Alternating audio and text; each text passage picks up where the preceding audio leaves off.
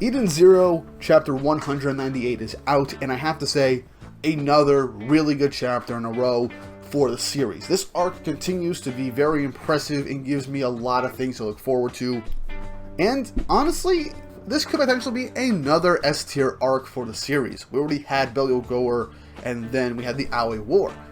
This one could very well be another great arc. I mean, having two banger arcs back to back could honestly be a big accomplishment, because not every arc is always going to be at the same level of hype, writing, and just overall enjoyment, but this arc is certainly building up to that. But before I get into the actual review, don't forget to like and subscribe and hit the notification bell for updates on future videos. It really does help, as it does show you guys want to see more Eden Zero content. The last video I did on Eden Zero did not do super amazingly compared to some of my other chapter reviews for like Four Nights of the Apocalypse. However, it did a lot better than I was initially expecting, so I hope I can build up an audience for Eden Zero once more. I'm sorry for the big absence, but I do want to continue doing Eden Zero content, as I've just been enjoying this series way too much, and I just want to talk about it as much as I possibly can. And I do have some other Eden Zero stuff that I want to do in the future, so we'll see how things go. Also, don't forget to follow me on Instagram and Twitter at @TheGreekWeeb to see when I upload next time, or just to see when I decide on other video ideas, or just me blurting out different ideas for videos or the series that I'm really enjoying outside of the channel. Now let's hit that intro and go to chapter 195 of Eden Zero.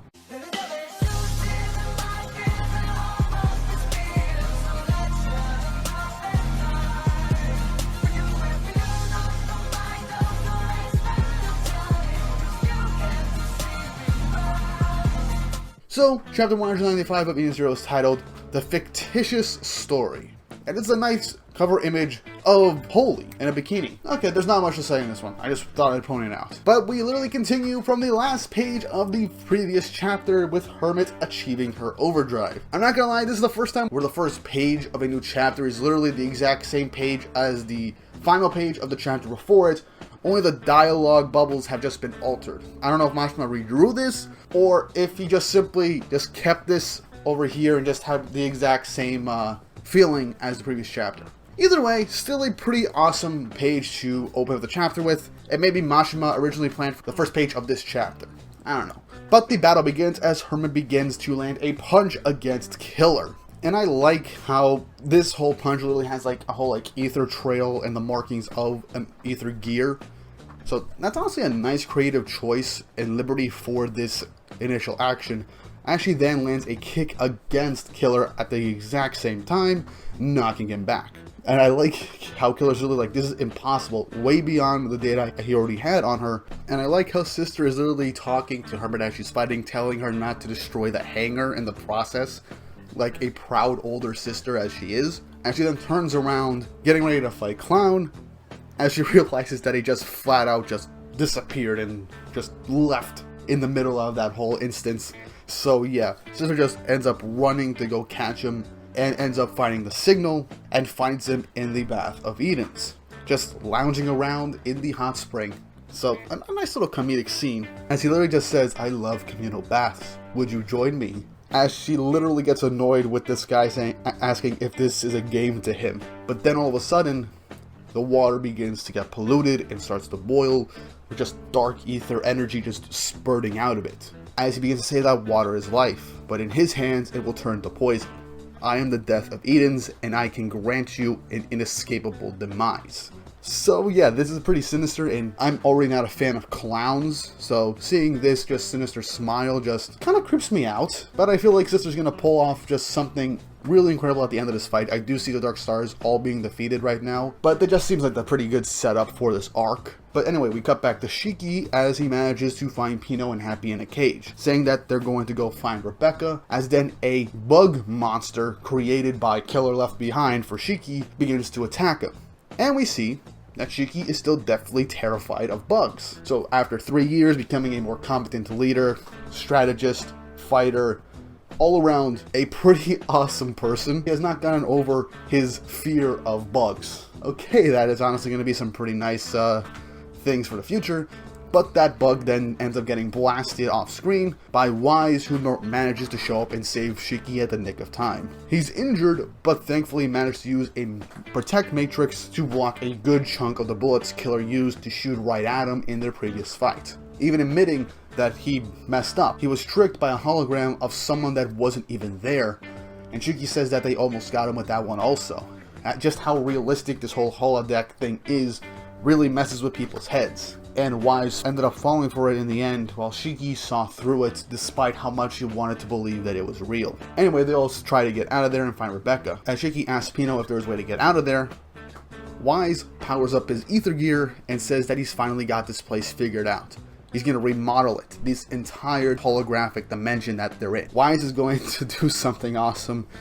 After his defeat, I'm glad he's still out there and ready to do something great. But yeah, at least now that Wise has joined up with Shiki on his own, we only have to worry about teaming up with Rebecca and freeing her from wherever prison she's in. And then we have the battles with the rest of the Dark Stars that still need to be concluded. We then jump back to the Eden Zero as Hermit is still beating the ever-loving shit out of Killer as he tries to use a barrage of bullets in his overdrive to try and injure Hermit. But she effortlessly dodges the attacks over and over, cartwheeling and just dodging every single bullet and ballistic missile that he launches at her.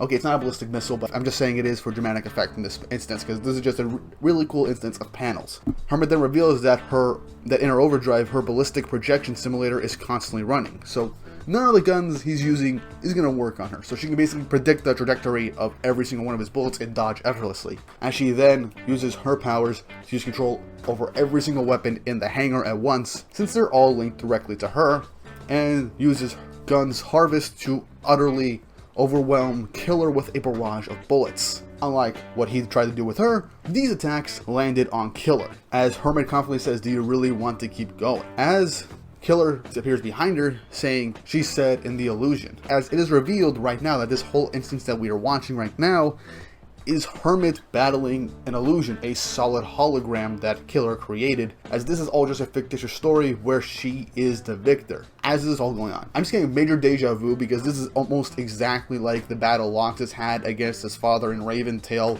during the Grand Magic Games in the Fairy Tail manga. If you don't know this, and sorry if this is a light spoiler, but in that arc, Loxus was set to fight out against someone from Raven Tail, a guild specifically made by Loxus' father to destroy Fairy Tail. In this fight, he created an illusion to cover the entire battlefield where it showed Loxus fighting, I forgot the name that the guildmaster went under, but it showed Loxus losing and getting back up in front of all his friends, while Loxus and this other guy were not battling, as underneath this illusion, the entirety of Raven Tail teams up against Loxus. And why I say that this is almost exactly like that fight and a nice callback is because of what happens next. Killer then sidelines Hermit and tries to corrupt her with a virus to turn her over to their side, using his wires connected to him to try and corrupt Hermit's system, as we see a bunch of system errors all over Hermit, as it seems that the virus is taking hold. But then Hermit appears behind Killer saying, "And so it goes in the scenario where I'm sure you think your hologram is fooling me," shocking Killer. As Hermit just says, "When it comes to 3D holograms, I'm really good at them too, as the real me is behind you," as she lands a solid, very strong punch called the Logical Arm Blast against Killer, knocking him into the side, seemingly out of commission. As Hermit stated that the reason she was able to predict and go through with the whole hologram battle was that she managed to get data from Weiss's fight with him. So she was able to predict his entire battle style and reprogram everything from the very beginning. No one can beat Hermit in programming, and this battle proves it. But she even says, "But I guess I have Weiss to thank this time," as the chapter ends. This is an entirely different way of how things ended, but I have to say, this was a nice callback to Loxus' soloing of the entire Raven Tail guild, as everyone was seeing an illusion while he fought everyone else secretly all at once. This wasn't exactly like how it happened, but that's just what came to me in the moment after reading this chapter. Also, this is a nice little Wormit bait. Weiss and Hermit having so much trust in each other. I mean, if these two end up together at the end of the series, I won't complain. It'll be nice and cute. I say go for it. But yeah, that's how the chapter ends. Hermit manages to seemingly defeat Killer with a very strong punch.